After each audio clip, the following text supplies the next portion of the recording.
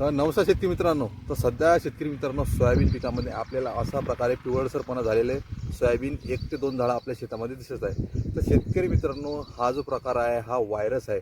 तर शेतकरी मित्रांनो याला आपण येलो वेन मोझॅक व्हायरस म्हणतो. तुम्हाला स्क्रीनवर दिसेल अशा प्रकारे आपल्या सोयाबीनचे जे पानं आहे ते पूर्णपणे पिवळे पडून जातात. तर याचा कसा दिसून येतो शेतकरी म्हणतो. आता जर का सुरुवातीला आपल्याला एक शेतामध्ये 1 ते 2 झाडं आपल्या शेतामध्ये दिसून येतात. आता हे बघा इथंच पिवळं झाड आहे, याच्या बाजूचं झाड हे पिवळं झालेलं नाही आहे. आता हा व्हायरस या झाडून या झाडावर जाण्याकरिता याला एक माध्यम लागतं. माध्यम म्हणजे पांढरी माशी. पांढरी माशी जर का आपल्या शेतामध्ये या झाडावरून दुसऱ्या झाडावरती गेली तर याचा प्रसार मोठ्या प्रमाणात होतो शेतकरी मित्रांनो.